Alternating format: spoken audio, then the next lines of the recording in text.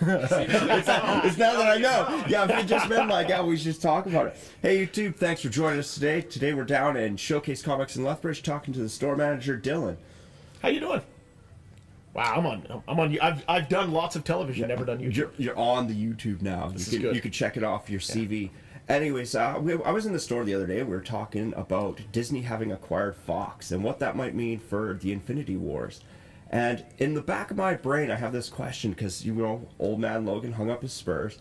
What are the chances you think of seeing Wolverine appearing in a post-credit scene or in Infinity Wars 2? Okay, when Disney first took over, there was all the buzz, right? Like, now we've got X-Men. Now we can have mutants in Avengers movies. We can do all this stuff. It was, it was pretty thrilling, right? I was pretty excited because when you read comic books, and we read comic books, when you read comic books, the whole universe is together. Occasionally Fantastic Four and X-Men crossover. Occasionally Avengers and X-Men do. Not all the time.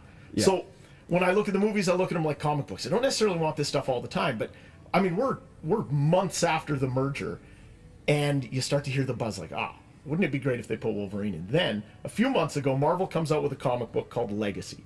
In Legacy, Wolverine shows up. He's got a case of beer. He gets hit by a semi-truck, but he's got an Infinity Stone. Nice. Like, he's got an Infinity Stone. Come on. This is in a comic book that scene very, very realistically could have been done at the last minute. Yeah. Right? It's got a different artist than the rest of the book, everything else. Wouldn't it be great? Like, why would you give Wolverine an Infinity Stone in the comic if you had no intentions of including him? They've got they've got bloody everybody in that Avengers movie. Look at the trailer. Come on. And I mean, I'd love to see Hugh Jackman, but just give me that like you say, give me that post-credit scene with Wolverine. Come on. Come on. It makes a good time to just be like, hey, here you go. Here's your new Wolverine. Or here's something to get excited about. Like the idea of just suddenly all the toys are available now. Like, it used to be, we can't say mutant. We can't play with these toys in the sandbox. But now we've got all our toys back. And wouldn't it be great to just be like, here. Just kind of like they popped Spider-Man into Captain America Civil War. Yeah, they did that, right? Yeah. Like, and nobody expected that, and all of a sudden the Sony thing came through, and boom, all of a sudden Spider-Man's, come on, the best part of Civil War, right? Yeah. Like, without a doubt, Spider-Man, the airport fight scene, that's the best part. But the thing with Wolverine is, you've got to have a Wolverine movie franchise. Like, you have to. I don't care that Hugh Jackman's done. Yeah. Old Man Logan was a great capper for that career. Oh, for sure. God, wouldn't that be great if we got the new Wolverine? That launches your franchise. Could we have a short Canadian Wolverine? Can we have like a short, stocky Canadian That'd be Wolverine? fantastic. Yeah, like as a short, hairy, stocky Canadian guy, I'd love to see a short, hairy, stocky Canadian guy. But come on, the adamantium claws fit. If you're gonna have Captain America in a cosmic Marvel movie, you can certainly have Wolverine. He's come on, he's way better than Captain America. He's got the healing factor. He's got the claws. He's got everything. Yeah. But I mean, we've got context in the comic books, and I think what Marvel discovered after the first couple of Iron Man movies is skewing closer to the comic books, bright costumes, like that color palette in their movies became brighter, right? Look at the Ant-Man and the Wasp trailer and Thor Ragnarok changed the game. Because now all of a sudden these are comic books as movies. Yes. So, God, just come on. You could throw Wolverine in. Like, I don't think anyone's going to complain if your post-credit sequence is just the three blades coming down beside a pair of blue jeans walking towards the camera. I think honestly that's when people lose their mind. And honestly, I hope that if they do this, that it's a surprise. I don't want to see it in a trailer. I don't want to see it. I want to be in the theater when this happens, and then just lose my mind and be like, I'm old. I don't know if I can stand that surprise. No, it's like what was the last big surprise at a Marvel movie? Well, that's like just the real shocker. I can't think of a real shocker. I mean, Quicksilver and Scarlet Witch at the end of the one Avengers movie, which ruined Age of Ultron. Because if you take Quicksilver and Scarlet Witch out of Age of Ultron, it's actually not that terrible a movie. I'm still not a fan of it. But that was essentially Disney thumbing their nose at Sony. Now you don't have that, right? Now that they're the same, you don't have that. So you can integrate it and make it real, like make these characters real. So you're not.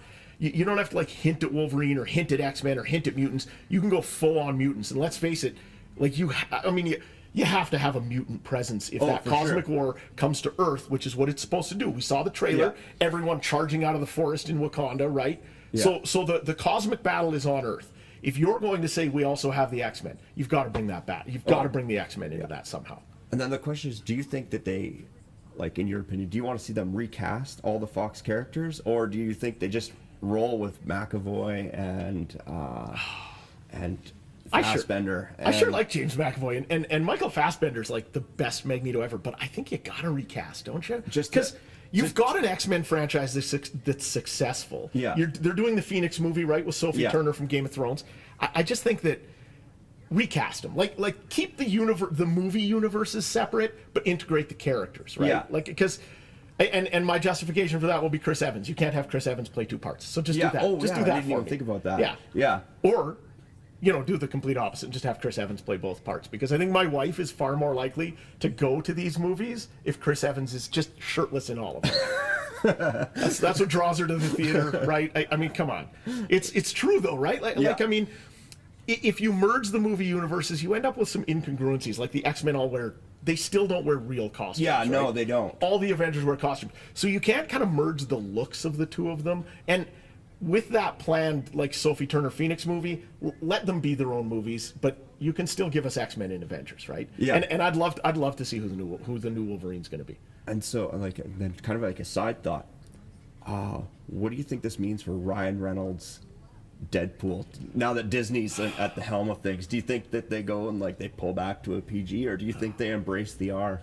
You know what? They made money as an R-rated movie. Yeah, they which did. Nobody thought, right? And it costs them money to be R-rated because there's a segment of the audience that can't watch it, right? Like, as parents, we all kind of look, if my son watches Deadpool, just don't tell me you watch Deadpool. Yeah. Right? Because it's irresponsible parenting to let you watch Deadpool, but I'm going to turn a bit of a blind eye if you watch Deadpool. Yeah. My parents did it with Fast Times at Ridgemont High, where they knew darn well I was downstairs watching Super Channel when it was on, right? So I'm going to do the same with Deadpool, pretend my kids have never seen it. But I think you got to leave Deadpool alone, right? Yeah. For one thing, Deadpool so much seemed to be like Ryan Reynolds' vision, right? Because, I mean, he dumped a director at one point, right? Yeah. Like, he's dumping big points in the script. So let that be Ryan Reynolds' vision, right? Yeah. Like, I don't need that mixing. For one thing, even in the Marvel comic books, it's really tough to integrate Deadpool into a regular comic book story. Yeah. And you'd really screw up some of your storytelling to start integrating Deadpool in. That's why they give him Teenage Mutant Negabomb or whatever the heck her name is. Negasonic Warhead. There you go. Yeah. That's why she's in there and not Phoenix or anyone else, Yeah. right? Like, I'm okay if they just let Ryan Reynolds' vision be Ryan Reynolds' vision. Well, because if it gives it, it's in its own bubble. Yeah. And it's like, I acknowledge that this exists because I'm fourth wall breaking Yeah. character, but yeah, he doesn't fit. Like, he doesn't fit in other movies at all. But at the same time, you've already got Chris Evans, so my wife's going to go see Infinity War 1 and 2. Yeah. So you don't need to throw Ryan Reynolds in too, right? I mean, just please keep giving me a reason for my wife to go to these movies, because otherwise I don't get to go on opening night. Or D-box them, which is, $20 more. She'll do that if it's Ryan Reynolds screaming in her ear. That's all right. If Ryan Reynolds is moving her seat, she's very comfortable.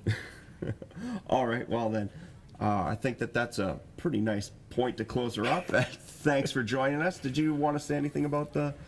No, just if you're interested in any of these heroes or anything, come talk to us at Showcase Comics. We're at 1271 3rd Avenue South. I mean, Bobby and I are always here. This place is never open when we're not here.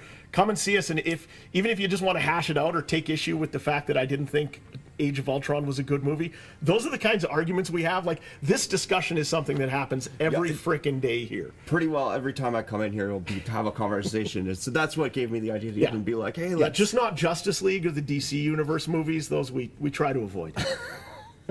Fair enough. Well, thanks for watching. As always, I'd like to encourage you to subscribe. If you want to see more videos like this, you gotta hit that button, give us a thumbs up, and leave us some comments below. Until next time, stay awesome.